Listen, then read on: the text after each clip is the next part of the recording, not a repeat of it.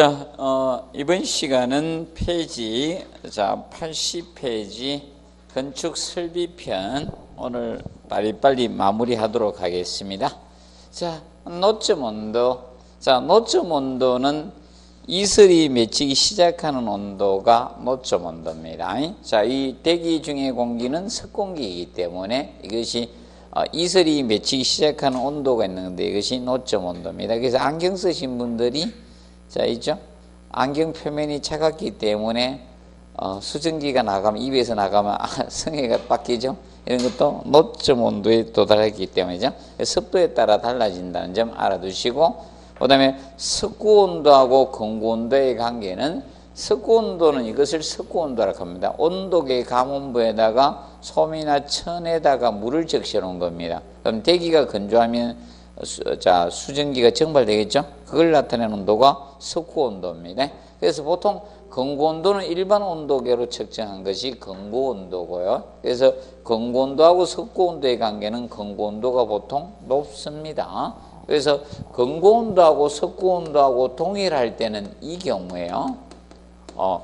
석구 온도하고 보통 건구 온도가 높은데 같았을 때는 포화 상태일 때예요. 석기가 포화 상태일 때만 동일하고 나머지는 무엇이다? 건구 온도가 높습니다. 유효 온도는 온도, 기류, 습도 이 3요소를 조합한 인간의 감각 지표를 나타낸 체감 온도를 나타낸 것이 바로 유효 온도 (effective temperature입니다). 그래서 유효 온도는 상대 습도 100%하고 무풍을 기준 잡아서 같이 인간이 체감을 느끼는 온도를 표현한 것이 유효 온도입니다. 자, 그리고 절대 습도하고 상대 습도가 있는데, 자, 이 절대 습도는 변하지 않는 습도죠. 그런데 상대 습도는 변합니다. 상대 습도는 일반적으로 자, 이거죠. 보통 실제 이 수증기량에 대한 실제 수증기량에 대한 공기 온도의 포화 수증기량의 비를 나타낸 겁니다. 포화 수증기량의 비를 나타내는데 공기 온도에 따라서 뭐는 달라진다? 포화 수증기량이 틀려집니다. 온도가 높을수록 수증기량은 많아집니다. 그래서 상대 습도는 변하게 됩니다. 그래서 보통 공기를 가열하면 상대 습도는 낮아지고 공기를 냉각하면 상대 습도는 높아집니다. 그래서 대표적으로 이걸 생각하면 된다. 겨울에 난방을 기억하시면 됩니다. 겨울에 난방을 하면 건조해지죠. 그것이 상대 습도가 낮아지기 때문에 느끼는 겁니다. 그 다음에 엔탈피는 건조후 1kg당의 습공기 속의 현열하고 무엇이다? 잠열. 두 가지 형태로 포함되어 있는 열량을 엔탈피라고 합니다. 엔탈피는 현열 플러스 잠열 두 가지를 한 것이 뭐다? 엔탈피가 됩니다. 그리고 현열은 온도 변화에 출입하는 열을 현열이라고 합니다. 그래서 물을 끓입니다. 여러분들이 커피를 타 드시기 위해서 10도씨 물을 100도씨까지 끓였다. 거기에 들어가는 열을 무슨 열? 현열이라고 합니다. 그리고 잠열은 상태 변화에 출입하는 열이 온도 변화는 없이 100도씨 물에서 100도씨 수증기로 변할 때 들어가는 열을 무슨 열? 잠열이라고 해요. 자, 잠열은 얼마만큼 되는가? 2257kJ이 됩니다. per kg. 자, 물 100도씨 1kg을 100도씨 전기로 만들 때 약 얼마만큼? 2257kJ이란 열량이 들어갑니다. 자, 이걸 킬로와트로 환산하려고 하면 어떻게 하면 된다? 3600으로 나누어 주시면 됩니다. 자, 그리고 난방도율이라고 하는데, 난방도율은 두 번 출제가 되었습니다. 2번 가지고 두 번 기출을 했습니다. 2번 가지고. 그래서 실내 평균 기온과 외기 평균의 차이에다 일수를 곱한 것이 무엇이다? 난방도율입니다. 그래서 일수를 곱한 겁니다. 그래서 데이 날짜를 곱한 것이 됩니다. 합한 것이 아니라 무슨 거? 곱한 것입니다. 자, 그래서 난방도율의 단위는 저 4번 보십시오. 도시데이가 되는 거예요. 도시데이. 온도에다가 일수를 곱한 것이다. 자, 그리고 3번에 난방도일은 연료 소비량을 추정평가하는 데는 사용이 됩니다. 그런데 주의할 것은 이거는 되지 않는다겠죠. 난방도일값 가지고 냉난방 설비 용량을 산정할 수는 없다. 냉난방 설비 용량 산정은 안 돼요. 산정이나 산출은 할 수가 없습니다. 도일값을 이용해서 냉난방 설비 용량을 산정할 수는 없다. 그러면 도일값을 비교하면 그 지방의 더운 정도나 추운 정도의 지표는 될 수가 있다겠죠? 맞죠? 도일값을 비교하면 그러면 보통 난방도일이 있고 냉방도일이 있다.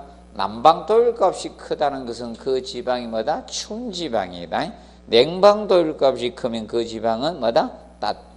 더운 지방이라는 것을 알 수가 있다.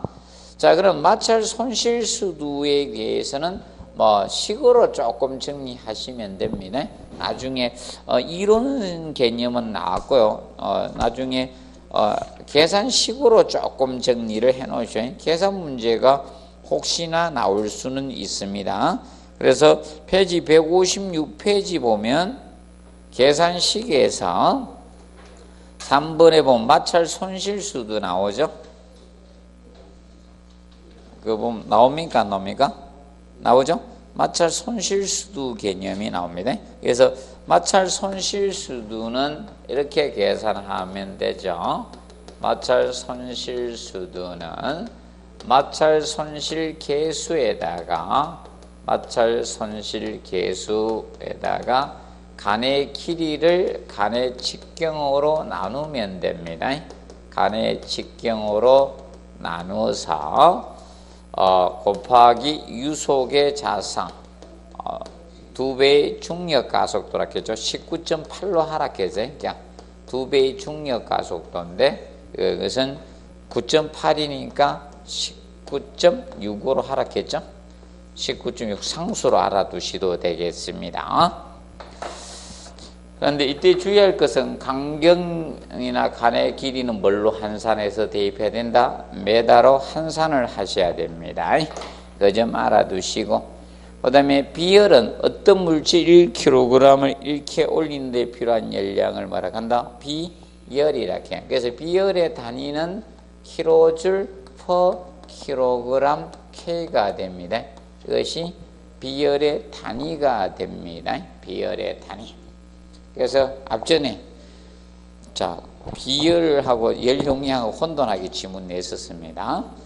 자, 그리고 열 쾌적에 영향을 주는 요소 있죠. 얘는 시험을 기출을 했는데 그 이후로 최근에는 안 내네요. 물리적 변수 요인을 냈습니다. 온열 감각 4요소 가지고 냈고요. 개인적인 변수 요인도 이런 것들이 있더라. 개인적으로 틀리죠. 자, 어떤 사람은 이거죠. 어떤 사람은 어떻습니까? 다 괜찮은데 혼자 덥다고 난리는 사람들과 한 번씩 있죠. 없습니까? 근데 덥다고 난리던 사람이 또 추울 때도 제일 먼저 춥다고 합니다. 보통. 안 그렇습니까? 우리 집에는 그렇습니다. 제일 먼저 덥다고 한 사람이 제일 먼저 춥다고 하고, 몰라, 우리 집은 그렇습니다. 그래서 몰라, 꼭 거기 몰라 체질인가? 체질 때문에 그런가? 몰라, 하여튼 듣기도 잘 듣고 춥기도 잘 추는 사람이 있는 보통 이거죠. 피하 지방량이 많으면 더위를 많이 타죠. 추위는 조금 덜 타는 편이고. 그래서 등등등 이렇게 있습니다. 보시면 되겠고. 그래서 이런 것이 변수 요인으로 작용이 된다 이겁니다. 연령선별. 자, 이거죠. 나이가 들어가면서 따뜻한 걸 좋아하죠. 맞아요? 전기장판 찾고, 맞아요? 아랫목 찾고 그럽니다. 관계 있다는 겁니다. 성별도 관계가 있습니다. 남자냐, 여자냐 있죠? 약간 차이가 있습니다. 오해에서 연령된 거죠. 여자가 추위를 별로 안 탄다 있죠? 이거는 오해에서 나온 말입니다. 그 미니스커트 때문에. 그 오해에서 왜곡된 겁니다. 사실, 뭔가 하면, 남성이 뭐가 됩니까? 인체 대사량이 크죠? 근육이 많기 때문에. 그래서 일반적으로 더위를 많이 탑니다. 남성들이. 여성이 추위를 많이 탑니다. 기본적으로. 원래 그게 기본입니다. 그게 상식입니다. 근데 보통은 잘못된 생각 가지고 그래서 그런 것들에 영향을 준다는 점 알아두시고, 그래서 물리적 변수 요인은 몇 가지다? 4가지. 온도, 습도, 기류, 복사열. 그때 압력 이렇게 한번 냈어요. 자, 그리고 실내 공기용 환기 성무 있죠. 이거는 7회 때 집중적으로 냈었습니다. 시설 개론에도 나오고 관리 실무에도 냈는데, 관리 실무에서 한 분이 소송 거라 그 다음부터 안 나옵니다. 그래서 지금 그 다음부터 그림자도 안 비칩니다. 자, 그리고 단위 보면 열관류, 자, 열관류나 열전달, 열전도. 그 이제 열전도만 조금 주의하면 돼요.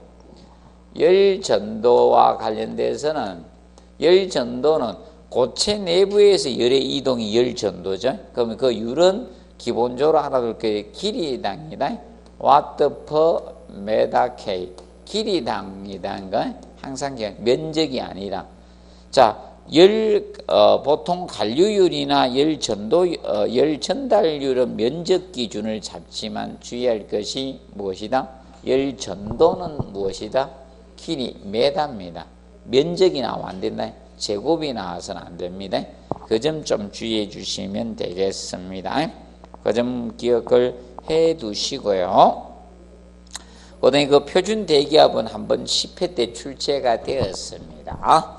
자, 그리고 결론은 보통 우리가 집중적으로 알아두실 것이, 넘겨서 결론은 그 결로 현상은 어느 때 심하다 그 표 보두십시오. 실내 온도차가 뭐다? 클수록 심해집니다. 그래서 실내 온도차가 안 클 때는 안 생깁니다. 그래서 봄, 가을에는 결로가 잘 안 생기죠. 왜 그런가? 문을 열어놓고 생활할 때는 잘 안 생깁니다. 문 닫을 때는 어떻게? 결로가 생겨. 문을 닫아버리면 내외 온도차가 나기 때문에. 그리고 습도가 많을수록 높을수록 심합니다. 그리고 벽체나 이런 열 관류율이 뭐다? 높은 데 생기죠. 자, 그래서 자 보시면 이겁니다. 여러분들 아파트 벽면에 생깁니까? 창호에 생겨요? 창호죠. 창호가 열 관류율이 높잖아요. 맞죠? 열이 잘 통과되니까. 그래서 쉽게 어려워하지 마시고, 겨울에 만져서 차가운 데는 열 관류율이 높은 부분이 내려보면 되죠. 맞죠? 저항이 작다는 겁니다. 저항이 크면 안 생깁니다. 그래서 주의할 것은 열 관류율이 높을수록 심하니까 저항값은 반대로 어떻게? 작을수록 생기죠. 크다는 것은 열이 못 빠져나가게 하는 게 저항이니까, 크면 열을 못 빠져나가는 게 저항이 큰 거예요. 반대로 적다는 거죠. 그럴 때 우리가 결로가 생긴다 이렇게 보시면 돼요. 저항은 반대, 항상 반비례라는 점 기억을 해 두십시오. 그리고 한기가 많을수록 부족할수록 심합니다. 자, 한기를 자주 하면 결로가 발생한다 안 한다? 안 합니다. 문 열어놓고 사는 집은 결로는 생기지 않습니다. 특히 샤시가 안 좋으면 통풍이 잘 되죠. 그럼 결로 안 생깁니다. 그래 보시면 되고, 그 다음에 결로 방지 계획을 보시면 단열 계획이나 시공을 완벽히 해 주시고요. 그래서 이제 거기 보면 한기 계획을 자주 해주면, 한기를 자주 해주면 결로는 안 생깁니다. 그리고 4번에 벽체 열 관류 저항은 어떻게? 크게 해야 돼요. 그럼 반대로 율은 어떻게? 적게 해야 돼요. 율하고 저항은 항상 뭐다? 반대다? 역수예요, 역수. 반대로 가주시면 됩니다. 그 점을 항상 주의해 주시면 됩니다. 자, 그리고 6번에 벽에 방섭청 설치를 하는데 실내측 고온부에 설치합니다. 이거는 무슨 결로를 방지하기 위해서? 내부 결로 방지 대책이 된다는 점을 기억을 해 두시고, 그 다음에 실내측 표면 온도를 실내 공기의 노점 온도 어떻게? 높게 해주면 된다. 자, 그래서 우리가 그 안경 표면에서 뭐가 됩니까? 저것 때문에 생기는 거죠. 차갑기 때문에 생기죠. 안경 표면이 따뜻하면 안 생기잖아요. 그래서 차 유리를 기억하시면 됩니다. 차 유리에 열선 넣죠. 앞은 더운 공기가 부르죠. 표면 온도를 높여준다는 겁니다. 그 측면 기억해 놓으시고, 그 다음에 83페이지 보시면 급수설비. 자, 급수설비 쪽에서는 자, 거기 2번 개념이 있죠. 2번은 한번 출제가 되었었죠. 지하수 등을 채수한 자연수를 급수 처리하는 그 과정이죠. 채수, 침전, 폭기, 여가, 자, 그래서 그거 살균해서 급수하면 됩니다. 이거는 종합문제 지문 정도로 나올 수 있을 겁니다. 자, 그리고 상수도 공급 순서는 이건 시험에 안 나왔어요. 치도정, 송배급, 치수, 도수. 치수는 자, 우리가 치수장에서 이 강물이나 댐에 물을 갖다가 이게 부착이 안 돼 있었네. 부착이 안 돼가 날라가네. 자, 그래서 치수장에서 원수를 치수하죠. 그러면 이제 이 치수한 물을 정수장으로 보내주는 것을 뭐다? 도수라고 하고, 정수장에서 물을 목적에 알맞게 만드는 게 뭐다? 정수. 그리고 그 다음에 송수. 자, 정수장에서 만든 물을 갖다가 배수지로 보내주는 게 뭐다? 송수입니다. 그 배수지에서 나누어서 공급해 주게 되죠. 배수. 그리고 가끔 물로 급수해 주면 됩니다. 자, 그리고 물의 경도적인 측면은 의 개념 탄산칼슘 가지고 한번 출제가 되었었습니다.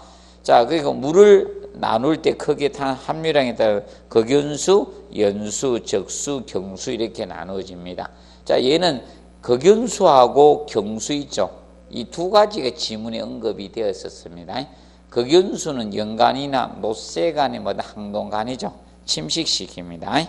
그리고 연수가 세탁 보일러 용수에 적합한 것이 연수다. 우리가 보통 단물로 배웠던 거죠. 단물.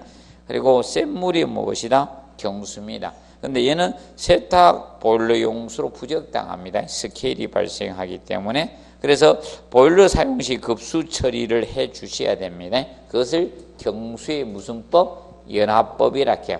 경수를 연수로 만들어 주는 것을 뭐다? 경수의 연합법이라고 해요. 자, 그래서 경수를 연수로 만들어 주면 뭐가 잘 풀린다? 거품이 잘 풀리니까 때가 쏙쏙 잘 빠지죠. 그래서 옛날 촌에서 머리 감았을 때 때가 안 빠진 이유가 무슨 수기 때문에? 지하수는 경수거든요. 그래서 비누용해가 잘 안 됐던 거죠. 그 다음에 보일러의 경수 사용할 때는 스케일 형성되니까 전열이 어떻게? 저하돼서 보일러 가열 원인이 되고 그럼으로써 수명 단축을 가져옵니다. 수명 단축. 그리고 보일러의 작은 구멍 같은 콕이나 구멍을 막히게 되는 원인도 되고 철판이나 간의 부식 원인도 됩니다. 자, 그리고 거기 보면 ppm 단위가 파스퍼밀리언 100만 분율이죠. 100만 분율인데, 그래서 100만 분율로 나타낼 수 있는 것이 ppm 단위가 있고요. 그 다음에 자, 미리그램마다 퍼 리터가 있고요. 그램 퍼 메다 삼성이 있어요. 이것이 100만 분율이에요. 100만 분의 1을 나타내는 거예요. 100만 분율. 정리를 해 두시고요. 자, 그리고 먹는 물의 수질 기준이 나옵니다. 먹는 물의 수질 기준은 경도는 기본 1000인데 수돗물은 얼마다? 300이야. 작년에 이거 가지고 시험 냈었습니다. 1000이야 300이 아니야. 수돗물은 300이 됩니다. 그리고 먹는 염지하수나 해양 심층수는 얼마? 1200이 돼. 1200. 자, 그리고 색도는 몇 도? 5도. 세제는 0.5입니다. 세제는 0.5.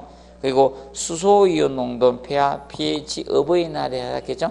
5.8에서 8.5가 기준이고. 근데 그 밑에 조건이 주어져.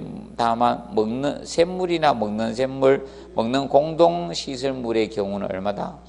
4.5에서 9.5가 됩니다. 염소이온은 250입니다. 그리고 정발잔유물 500. 자, 그리고 탁도는 1 NTU 기준입니다. 그런데 수돗물은 얼마다 뒤에? 0.5입니다. 탁도 알아두세요. 수돗물은 얼마? 0.5 NTU가 됩니다. NTU. 자, 그리고 정수법은 지금 출제가 되었었습니다. 정수법은 이미 기출이 됐고 종류가 출제가 되었습니다. 그래서 침전법에서 약품 침전법 있죠? 요거 하고 폭기법 정도 정리를 해 놓으십시오. 폭기법하고 두 가지만 혹시나 보세요. 아마 둘 중으로 갈 가능성이 높다 나오게 되면 그거 좀 정리를 해 놓으십시오. 혹시 언급되면 걔 둘 중에 언급될 수밖에 없습니다. 그래서 침전법은 약품침전법입니다.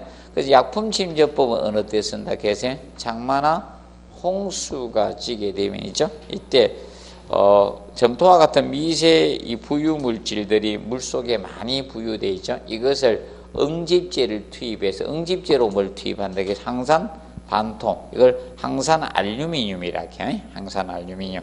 그래서 이것을 넣어서 빠르게 침전시키는 걸 무슨 침전법? 약품 침전법. 이걸 급속 침전법이라고도 합니다. 그리고 폭기는 원래 물을 공기 중에 뿜어주는 게 폭기라 했죠. 폭기. 왜 폭기를 하느냐 그걸 써놓은 겁니다. 그래서 학교 꼭 외우실 필요 없고, 그래서 쉽게 용해성 처리되면 걸러지지가 않거든요. 그래서 불용해성 철로 만들기 위해서 물을 공기 중에 접촉시키거나 이런 암모니아 이런 항화수소 등의 유해가스를 막아서 발산하기 위해서 폭기를 한다. 개념 정도 기억을 해 놓으십시오. 그리고 급수량과 급수 압력 부분 있죠. 자, 아직까지 급수량 산정 계산 문제는 아직 한 번도 출제는 되지는 않았습니다. 되지 않았는데 혹시나 너무 어려워하지 말고 부하량은 어떻게 구한다 했어요? 곱하는 거다. 맞죠? 곱하면 돼. 근데 제발 시간은 곱하지 말자. 맞죠? 시간은 주어지는 건 뭐 때문에 주어진다? 시간 평균 예상 급수량을 계산하기 위해 주어지는 거예요. 일일 급수량은 뭐 위생기구수에서 구하든요, 인원수에서 구하든 뭐가 주어지든 신경 쓰지만 다 곱하면 돼. 근데 제발 일일 급수량이 시간은 곱해서는 된다 안 된다? 안 된다. 시간 평균 예상 급수량을 계산하기 위해 주어지는 거예요. 혹시 주어지도 명심하세요. 몰라, 저는 설비기사 자격증 딸 때 식은 하나도 안 외우고 갔는데 이상하게 다 풀었어요. 나는 지금 보니까 이런 식이 있었구나 이런 생각이 들어요. 자, 그래서 이제 알아두시고, 그 다음에 넘겨보시면 페이지 86페이지 있죠. 이게 이제 기구의 동시 사용률이야. 이제 기구수로 구할 때 동시 사용률을 우리가 적용해서 하게 되는데, 그때 기구수가 많아지면 동시 사용률이 어떻게 떨어지죠? 동시 사용될 확률이잖아. 동시 사용률은. 그런데 두 개까지는 100%로 보겠다는 거예요. 근데 세 개 되니까 80%, 네 개는 75%, 다섯 개는 70%, 자꾸 줄어들죠? 맞죠? 기구수가 많을수록 동시 사용률은 줄어듭니다. 그래서 혹시나 교수들이 기구수를 해가지고 혹시나 급수량 계산한 문제가 나오도 너무 두려워할 필요가 없다. 어떻게 해가지고 있는가 하면 이렇게 가면 돼요. 기본적으로. 그럼 5개 주어질 가능성이 높아요. 5개면 동시 사용률이 몇 프로다? 70%다. 0.7을 곱해서 계산하시면 됩니다. 자, 그리고 이제 급수 방식 보시면 페이지 86페이지에서 급수 방식 나오죠. 페이지 86페이지에서 급수 방식. 급수 방식은 뭐 거의 빠지지 않습니다. 앞전에도 종합문제 내면서 지문 써놨잖아요. 여기는 지금까지 최근에 거의 빠진 역사가 없습니다. 거의 뭐 출제를 하고 있습니다. 그러면 수도 직결 방식은 수도 공간에 압력으로 상향 공급하는 방식이 뭐다? 수도 직결 방식이죠. 직결식입니다. 그럼 얘는 대규모에는 쓸 수는 없다. 소규모 건물에 쓸 수밖에 없죠. 근데 급수오염 가능성 가장 적고요. 근데 얘는 정전 시에는 뭐다? 급수가 가능해요. 얘는 펌프로 공급하는 게 아니겠죠? 수도 공간에 무엇으로 공급하니까? 수압으로 공급하니까 수도 공간에 압력으로 공급하는 거야. 그렇기 때문에 정전 시엔 급수가 가능하다. 근데 단수시는 물탱크 저수조를 가지지 않기 때문에 단수시는 급수가 될 수 있다 없다? 없다는 겁니다. 그 점 기억하시고. 그럼 얘는 수조도 설치할 필요가 없지, 펌프도 설치하지 않지. 그러니까 시설비는 싸다 비싸다? 싼 방식이 수도 직결식이 될 겁니다. 자, 그리고 고가 수조 방식, 옥상 탱크, 고가 탱크 방식은 자, 뭐 1번 가지고 가장 먼저 시험을 냈었습니다. 근데 2번 일정한 수압으로 급수할 수 있는 방식, 수압이 제일 일정한 것이 무슨 방식? 고가 수조 방식이 됩니다. 근데 급수 오염 가능성 가장 어떻게? 커요. 수조가 크다 보니까 급수 오염 가능성 가장 크고요. 그리고 그렇기 때문에 일반적으로 이 물탱크가 뭐다? 이 수조, 탱크의 설치 높이 제한을 받을 수밖에 없죠.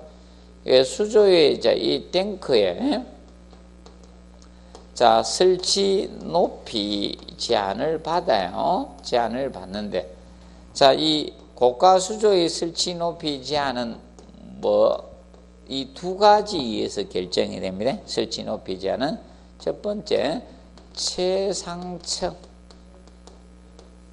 최상층 기구에 뭐가 됩니까? 최저 필요 압력하고, 필요 이 수압 압력하고, 요거 하고, 플러스 단내마다 마찰 손실수도죠. 마찰 손실수도 이 두 가지에 의해서 자, 고가 탱크 설치 높이 제한을 받습니다.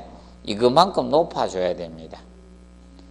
그러면 항상 기억할 것이 보통 설계를 할 때 최저 수압은 무엇을 기준으로 잡는다? 최상층을 최저 기준으로 잡아서 설계를 하게 됩니다. 그 점 정리를 해 두시고, 그 다음에 넘친간 오버플로간이 바로 고가 탱크의 뭐다? 안전 수위 확보 목적으로 합니다. 넘친간이. 그래서 넘친간으로 넘쳐 흐른 물은 직접 배수한다, 간접 배수한다? 이거는 간접 배수합니다.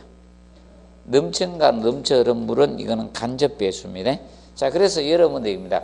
고가 탱크에 물이 넘쳐 흐르면 그걸 옥상으로 흐르게 해서 우수관을 통해서 내려가도록 설계를 해놨습니다. 그래서 직접 배수가 아닌 무슨 배수? 간접 배수합니다. 오버플로 된 물은.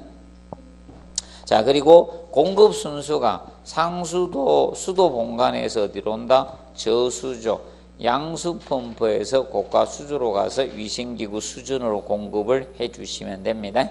그리고 압력 탱크시, 자, 얘는 국부적으로 과압을 필요한 곳에 적합을 합니다. 그래서 그 장소가 4번이죠. 체육관이나 경기장 같은 데 많이 쓰고 있습니다. 그런데 2번 꼭 체크하십시오. 최고와 최저의 차가 큽니다. 급수압 변동이 가장 커요. 급수압이 일정하지 않은 방식 하면 무슨 방식? 압력 탱크 방식이 됩니다. 그렇다 보니까 고장이 많은 방식이 뭐다? 압력 탱크 방식입니다. 그런데 압력 탱크 방식은 이 탱크의 압력이 견디지, 탱크의 제작비가 비쌉니다. 탱크의 제작비가 비싼 것은 압력 탱크가 됩니다. 압력 탱크. 자, 그리고 탱크가 없는 푸스 방식. 자, 탱크가 없는 푸스 방식을 무슨 방식? 펌프 직송 방식이라고 합니다. 펌프 직송 방식이라고 칭합니다. 펌프 직송 방식. 그럼 얘는 펌프로 직접 공급하는 방식이죠. 그래서 얘는 1번에 무슨 탱크가 없다? 고가 옥상 탱크가 필요 없다는 게, 탱크가 없다는 것은 최상층의 수압을 크게 할 수 있는 방식이 됩니다. 자, 그리고 5번 체크하시고 펌프의 단락이 잦습니다. 그래서 보안을 위해서 최근에 압력 탱크 있는 부스터 방식이 많이 사용하고 있고, 현재 쓰는 장소는 6번에 주택 단지나 어디에 많이 쓴다? 공장에 많이 사용을 하고 있습니다. 그리고 정속 방식하고 무슨 방식? 변속 방식 두 가지입니다. 펌프를 여러 대 설치해 놔서 일반적으로 이거죠. 부하량이, 물의 사용량이 많아지면 펌프의 가동 대수를 증가시키는 게 무슨 방식? 정속 방식. 그래서 정속 방식을 대수 제어 방식이라고 합니다. 대수 제어 방식이라고도 하고요. 그 다음에 변속 방식은 보통 이 회전수를 조절하겠다는 겁니다. 이것이 회전수 제어 방식이 변속 방식. 보통 인버터 방식들이 다 변속 방식이라고 보면 되나요? 얘는 회전수 제어 방식입니다. 임펠러의 회전수를 제어하겠다는 겁니다. 이것이 변속 방식 개념이 됩니다. 그래서 변속 방식은 그 해놨죠. 정속 변동기와 변속 장치를 조합을 쓰거나 아니면 변속 전동기를 이용하는 방법을 쓰고 있습니다. 간단히 알아두시고요. 자, 그 다음에 거기 87페이지 보면 고층 건물의 급수 배관법 해가지고 나오는데, 뭐 간단히 이 개념 알아보세요. 급수 조닝이라는 것은 사실상 급수 압력의 뭐다? 균등화를 위해서 무엇을 한다? 급수 조닝을 합니다. 급수 조닝은 급수 조닝의 이 주된 목적은 사실 급수 압력의 균등합니다. 적절한 수압 유지죠. 급수 압력의 균등합니다. 압력의 이 균등화, 특히 어디의 수압을 줄여주는 거다? 저층부의 수압을 줄여주기 위해서 사용하는 것이 바로 급수 조닝, 존을 나누어서 하겠다는 겁니다. 그래서 뭐 그거 다 외우실 필요는 없고 뭐 안 들어가는 것 같아 보니까 느낌이. 그래서 여러분들 이걸 명심하십시오. 잠깐 넘겨보십시오. 88페이지 상단에 보시면 중간 탱크, 중간 수조를 사용한다는 게 중간 수조. 자, 보통 일반 건물은 어디에만 물탱크를 설치합니까? 지하 저수조가 있고, 지하 저수조 비싼 거 없어요. 지하 저수조 있고, 그 다음에 보통은 어디에? 고가의 탱크죠. 고가 수조를, 옥상에 고가 수조를 설치한대. 그러면 보통 이 중간 수조를 설치한다는 건 뭐 한다? 급수 조닝 한다. 이걸 기준인데. 그래서 이제 중간 탱크, 혹시 중간 탱크, 중간 수조를 사용한다는 문장이 나오면 이 중간 수조는 결과적으로 급수 뭐다? 조닝을 한다. 이게 급수 조닝. 급수 조닝을 한다는 겁니다. 중간 수조를 이용한다는 것은. 그러면 급수 조닝의 목적은 뭐다? 급수 압력의 균등화. 특히 저층부의 수압이 가대해지거든. 그걸 균등해 주기 위해서 하는 겁니다. 그래서 우리도 이거잖아요. 심장에서 모든 피를 갖다 막 보내고 그러면 힘들어지잖아요. 그래서 이겁니다. 어디가 굵어야 돼요? 제2의 심장이 이 밑에 아닙니까? 그게 폴리죠? 수축하면서. 그래서 배만 빵빵하면 안 되고 맞아요. 허벅지가. 자, 그래서 이제 급수압력 균등화의 목적이 된다는 점 알아두시고, 그 다음에 급수 조닝 압력 나오죠. 그래서 아파트 호텔만 체크하세요. 0.3에서 뭐다? 0.4 메가파스칼 이하로 해주시면 되겠습니다. 그리고 이제 펌프에서 용도는 사실 라인 펌프 이외에는 온수 순환용 펌프 있죠. 얘만 출제가 된 겁니다. 라인 펌프만 냈고요. 다른 건 전혀 언급이 없습니다. 그래서 혹시나 여러분들이 거기 논클로크 펌프 있죠. 맞죠? 오배수 펌프 있죠. 오물 잔재 고용물 이런 찌꺼기가 있는 물을 배수할 때 쓸 때 뭐 쓴다? 논클로크 펌프. 이 오배수 펌프예요. 오배수 펌프. 혹시 요거 한번 봐두세요. 그리고 펌프의 양정은 잘 아세요? 펌프의 양정. 이제 더럽게 작년에 지문 한 줄 써줬어요. 펌프의 양정.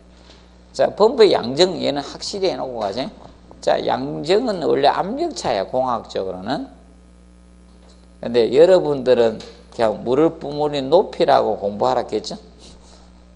원래는 압력차입니다. 자, 그러면 이걸 하겠죠? 이렇게 뽑아 올릴 때. 자, 이렇게 있으면 수위 있으면 이게 이제 흡입관이라고 했죠. 흡입관이고 이게 토출관 됩니다. 토출관 되면 이게 고가수조 할까요? 고가수조라고 보면. 자, 그러면 여기에서 여기까지가 펌프의 중심축까지 빨아올린 이것을 뭐다? 흡입 양정. 그러면 흡입 양정이고 내뱉는 게 무슨 양정? 토출 양정이 돼. 토출 양정. 그러면 자, 실량정이 제로가 돼. 고가수조까지 실량정이 제로가 된다 하면 그 문장은 OX, X죠. 흡입량정을 제로로 설계해 주는 거 좋아요. 흡입량정을. 흡입량정을 제로로 설계해 줘야지 공동형상 캐비테이션이 잘 안 생겨. 흡입량정이 길어지면 압력을 확 높여야 되거든. 압력이 높으면 공동현상마다 캐비테이션이 생길 수 있거든요. 맞죠? 공동현상 캐비테이션이 생길 수 있기 때문에 이제 문제가 될 수 있죠. 그래서 여기서 이 두 가지를 무슨 양정? 실량정이라게.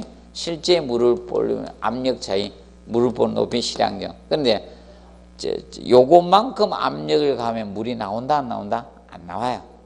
왜? 배관에서마다 마찬 손실 수두가 있기 때문에. 그럼 실량정에다가 계산 문제를 낼지. 작년에는 지문 한 줄만 냈는데, 그래서 전 양정 개념이 된다. 그래서 양정은 또 공부하지. 작년에 지문 한 줄 냈지. 쉽게 내면 계산 문제 낼 거고, 계산 문제가 제일 쉽죠.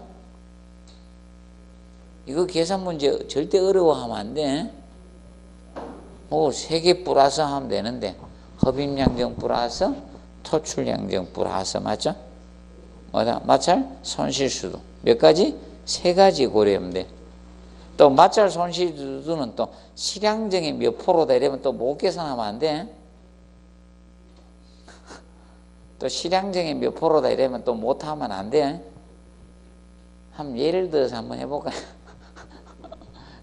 흡입량정 4m라 가정합시다. 흡입량정 4m, 토출량정 36m입니다.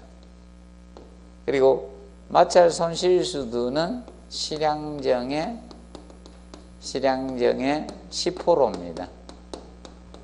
그럼 전량정은 얼마입니까? 얘가 별도로 안 주어지고 10%다 이렇게 주어지면 얼마? 44m 되죠? 그래야 하면 되는 거죠.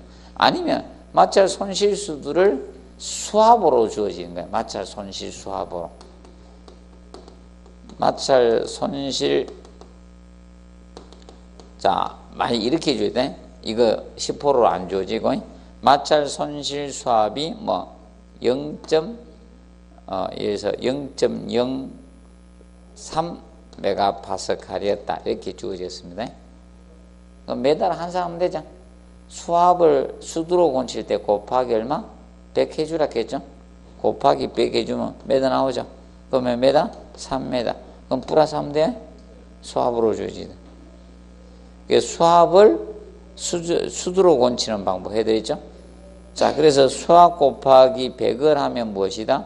물의 높이 수두가 되고, 반대로 수두 메다가 주어지면 뭐다? 곱하기 0.01을 하면 수압 개념이 나온다. 자, 그것을 기본으로 알아두시면 됩니다. 근데 이제 펌프가 있을 때 여기에 연성계나 무엇이다? 진공계를 쓰는 거고, 진공계. 압력 측정이 양쪽 2개, 흡입 쪽 압력 측정도 하고 토출 쪽 압력을 다 다뤄야 돼. 그래서 나중에 이쪽에는 압력계가 달려 있는 거예요. 압력계가 달려 있습니다. 그래서 기억을 해 두시고, 그 다음에 그 펌프의 흡입량적에 대해서 하죠. 대기압이 낮을수록 흡입량적은 어떻게? 낮아집니다. 그러면 대기압이 니은 해발 고도가 높으면 대기압이 낮아지잖아요. 그래서 흡입량적은 낮아집니다. 수온이 높을수록 흡입량적은 낮아져요. 수온이 높으면 물을 못 뽑아요. 그래서 급수용 펌프는 있지만 급탕용 펌프는 없는 겁니다. 공급용 펌프가. 그 다음에 펌프 장치의 배관상 주의사항이 있죠. 이거는 아직까지는 한 번도 안 가세요. 왜냐하면 아직 양정 가고 있거든. 작년에 이제 양정 지문 나왔다니까. 양정, 실양정 개념 아느냐 모르냐 테스트가 낸 거야. 자, 그래서 흡입량정은 짧게 한다, 길게 한다? 짧게 해주셔야 됩니다. 그리고 펌프의 전동기 직결항의 원동기 중심축의 펌프 중심축 일치시켜 주는 것이 좋습니다. 중심은 일치시켜 주라. 그리고 곡부를 최대한 어떻게 굴곡부, 예, 곡부는 최대한 어떻게 적게 해야 돼요. 곡부만 하면 좋은 거 하나도 없습니다.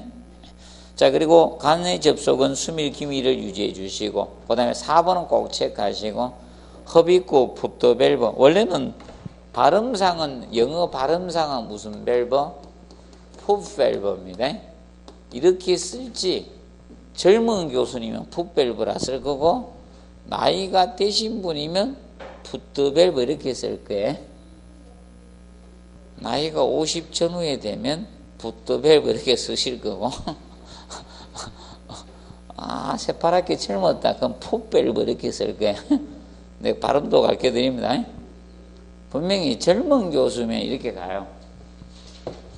네, 퍼뜩퍼뜩 해가지고 막 당기 속성으로 있죠. 외국 가서 빨리 박사가 받아와가지고 하여튼 능력도 좋아가지고 빨리 줄 찼다 이러면 저렇게 쓰는 거고, 한국에서 질질 끌면 오래 가거든, 쌤들이.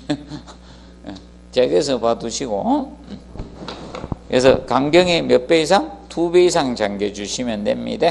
자, 그리고 그 다음에 이제 거기 보시면 저거 7번에 펌프의 전동기와 기초와 배관에서 직접 전달, 진동이 기초나 배관에 전달되지 않도록 마다 방진 설계해 주는 게 좋습니다. 그리고 8번에 펌프의 구경이 클수록 효율은 어떻게 증가합니다. 자, 그래서 이거 이해가 안 되는 분들은 오늘 연습해 보면 돼.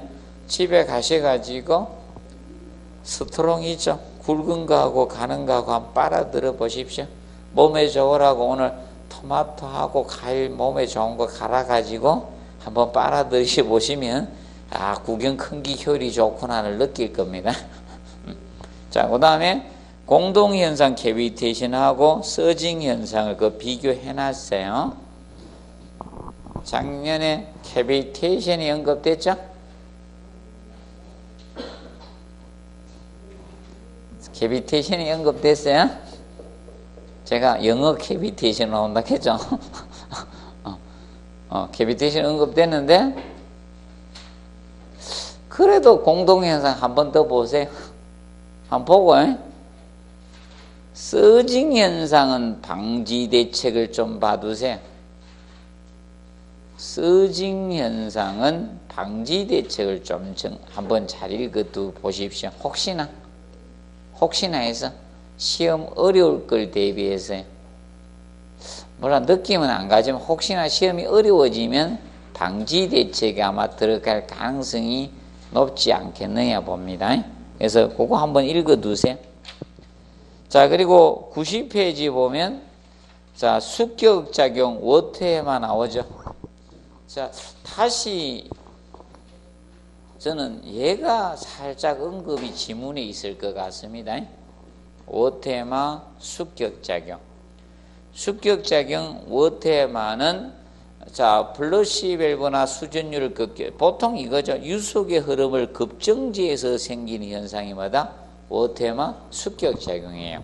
최근에 밸브들이 어떤 걸 많이 사용합니까? 밸브들이, 자, 이거죠. 원타치 형태나 탁탁 들었다 놨다나, 아니면 손로만 자동으로 나오죠. 탁 떼면 빠지고 이러니까 물이 속도를 가지고 오다가 갑자기 탁 정지하는 거예요. 그래서 물이 와서 햇맞을 한데, 물이 속도 오다가 탁 치는 거야. 거기다. 이것을 워터에만 습격작용이 됩니다. 그럼 원인 내에 반대로 하면 뭐다? 방지 대책 개념이 된다. 그래서 플러시 밸브나 수준을 극히 열고 닫아요. 그러면 서서히 여닫으면 되겠죠. 간경이 적을 수 일어나기 때문에 간경을 어떻게 크게 해주면 유속이 빠를수록, 그럼 유속은 어떻게 내려주면. 그래서 자, 급탕이나 급수나 명심하세요. 급수나 급탕이나 물은 너무 빠르게 하면 안 돼요. 자, 그래서 유속은 얼마로 한다? 2m 세크 초당 이하로 해야 돼. 초당 2m 이하로 해서 워테마 습격작용 방지를 해야 돼. 몇 m? 2m 이하로 해야 돼. 빠르게 하면 안 되고 어떻게? 느리게 해야 돼. 초당 2m 이하로 설계를 하는 것이 기본입니다. 그래서 기억하시고, 자, 굴곡계소가 많을수록 직선 배관을 하면 되든 해주시고, 감압 밸브 사용하면 일어나기 쉽습니다. 그러면 근데 지금 감압 밸브가 옛날의 밸브는 잘 생겼습니다. 지금은 방지용 감압 밸브들이 만들어져서 좀 습격작용이 조금 완화가 되었습니다. 자, 그리고 거기 4번, 5번에 기구류 가까이 뭘 설친다? 공기실, 에어 챔버가 공기실이에요. 충격을 흡수하는 공간을 설치해 주면 됩니다. 그런데 자, 이겁니다. 연속 사용하게 되면 이거는요, 공기실 가지고는 안 돼요. 공기실은 공간이거든. 충격을 흡수하는 공간을 두는 역할밖에 안 하거든. 그래서 습격 방지기를 설치를 해주는 것이 연속 사용 시 방지를 할 수가 있습니다. 그 다음에 급수배관 방식의 상향급수배관법과 하향급수배관법이 나옵니다. 얘는 하향만 하세요. 상하 둘 다 할 필요 없고 뭐만 한다? 하향만 하고 나머지 상향 이렇게 공부하면 돼요. 뭘 둘 다 공부할 필요가 있습니까? 자, 그래서 하향급수배관법은 고가 탱크만 무슨 공급이다? 하향 급수배관법에 속합니다. 그래서 이 고가 탱크, 그런데 얘는 알아두실 것이, 이거 주의하실 것이 이겁니다. 장점은 급수압은 일정하다 했죠. 근데 단점이 점검 보수가 어떻게? 불편하다. 왜냐하면 거기 2번에다 써놨어요. 최상층 천장 또는 옥상에 수평 주간을 설치해요. 그렇기 때문에 이런 보수 점검하기에 조금 어떻게? 불편한 감이 있어요. 그런데 여러분들 상향급수배관법은 수평배관이 지하에 가잖아요. 맞죠? 지하에 가고 위로 올라가다 보니까 도중에 뭐가 잘못됐으면 위에 안 나올 거 아닙니까? 압력 변화가 생기잖아. 쉽게 빨리 점검을 할 수가 있다는 겁니다. 자, 기억을 해 두시고, 그래서 나머지는 무엇이다? 상향급수배관법이다. 이렇게 공부하시면 되고, 그 다음에 91페이지 이제 급수배관 설계 시 주의사항을 종합적으로 정리해 놨습니다. 앞에 내용을 종합적으로. 그래서 1번에 지수밸브는 어디에 단답해서 분기점. 분기점에 많이 설치되는 밸브. 그리고 여러분들 수전 가까이도 있죠. 세면기 보면 지수밸브 밑에 있죠. 여러분들이 세면기 보면 위에 말고 밑에 거 틀면 돼. 세면기 위에 거 바꾸고다 싶다. 밑에 잠그고 해야 돼. 그럼 변기도 보면 밑에 있죠. 변기들에 보면 그 지수밸브 있어요. 그 닫고 뭐 곤치든지 해야 돼. 또 안 하고 해가 또 물 다 덮어 쓰고 하지 말고, 그 농담삼아 제가 이야기했죠. 지금 드라마 안 할 건데 끝났죠? 월계수 양복점인가? 안 그래도 어떤 분이 그 드라마를 보고 있었는가 봐. 학생 중 한 분이 내가 이야기하니까 내가 보는 드라마를 어떻게 알고 계시지? 그 이후로 안 봤다 하는데, 여러분들은 지금 드라마 보면 안 돼요. 드라마 보면 자꾸 생각이 나가 공부가 안 됩니다. 그래서 드라마는 잊어먹으세요. 자격증 합격할 때까지. 그래서 그것이 이제 지수밸브다. 자, 그리고 그다음에 이제 저거 조금 정리해 놓으시고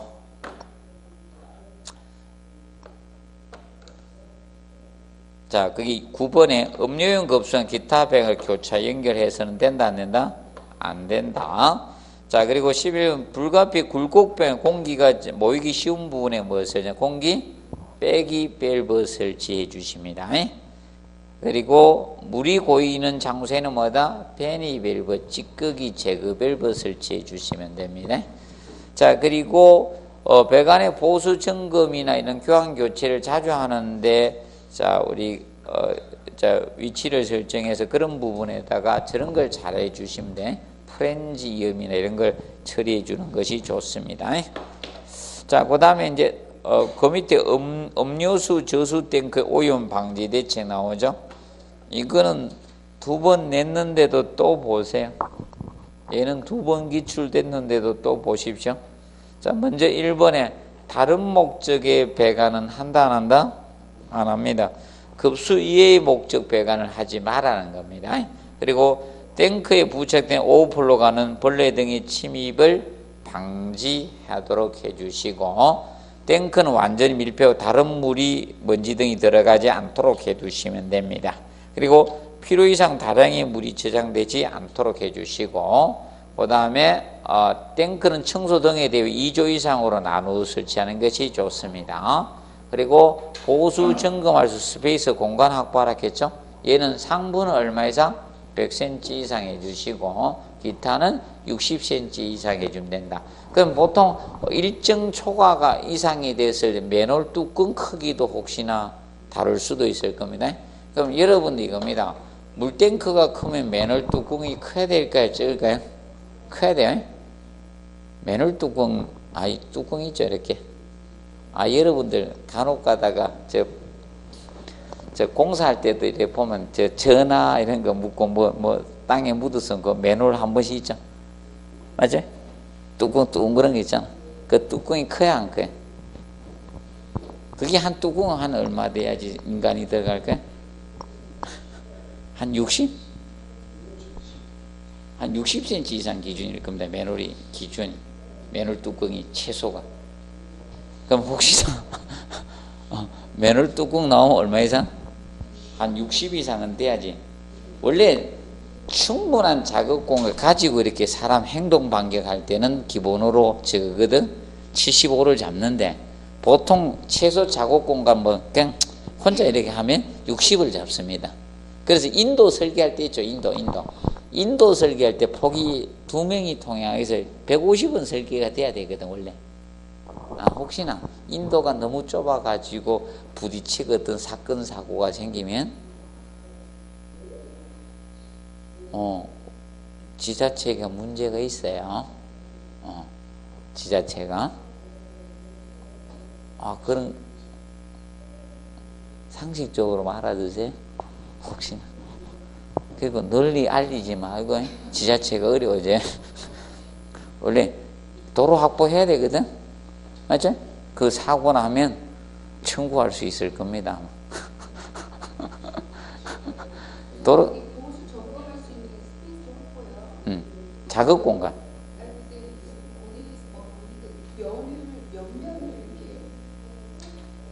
6면 다 둬야 돼. 네, 6면 다. 하부도 두고 전체 다 둬야 돼. 띄워놨어 수조를. 밑에다 철근 콘크리트로 만들어서 그 위에다 얹어놨어요 물탱크를. 하면까지 전체 다 둬야 돼. 6면체로 되겠습니다. 수조가 6면 모두 둬야 됩니다. 기억을 해두시고, 그래서 상부만 얼마? 100이고 나머지는 60cm. 최소 작업 공간이 60이거든요.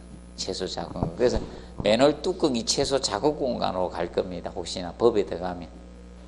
상식적으로 아마 그래야 될 겁니다. 그래서 혹시나 여러분들 관리 실무를 안 배워요. 관리 실무 배우면 관련 법령을 배우거든.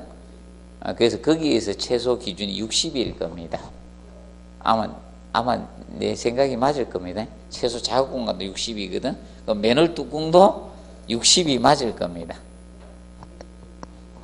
어디서 그런 걸 실무에서 살짝 본 것 같습니다. 내 기억상. 실무 교수님 옆에서 만드는데 막 보고 맨홀 뚜껑 나오고 막 이러더라고. 작업 공간은 내가 농담삼아 내물었죠. 왜 62개 옆에서 내가 한번 묻고 했었거든. 원래 60이라는 수치가 최소 작업 공간입니다. 최소 작업 공간. 그래서 옛날에 어떻게 하면 옛날 집 질 때 있죠. 상업지역에서 공법상 안 띄우고 옛날 민법상 띄울 때 있죠. 둘이 합의해가지고 상업지역은 일조권 이런 게 없잖아요. 그래서 대지 경계선에서 네 30cm 띄우고 내 30cm 띄우고 60cm 띄어가 집 지었던 겁니다. 그리고 골목길이 굉장히 좁죠. 사람 한 사람 들어가잖아. 둘이 들어가면 아주 미묘한 상태가 돼. 돌아가다가 맞아요? 자, 그거 됩니다. 그리고 유입구와 유출구는 무슨 방향? 대각선 방향. 대각선 방향 설치한 것은 멀리 설치하라는 거 가까이 설치하나요? 멀리 배치하라 이거죠. 멀리 배치하라. 그래서 이거는 물의 정체에 따른 오염 방지입니다. 물의 정체에 따른 오염을 방지하기 위해서, 오염을 방지하기 위해서입니다. 방지하기 위해서 해주라 이 뜻입니다. 그 점 기억을 해 놓으시면 되겠습니다. 자, 92페이지 급탕설비부터는 잠시 휴식하고 가도록 하겠습니다.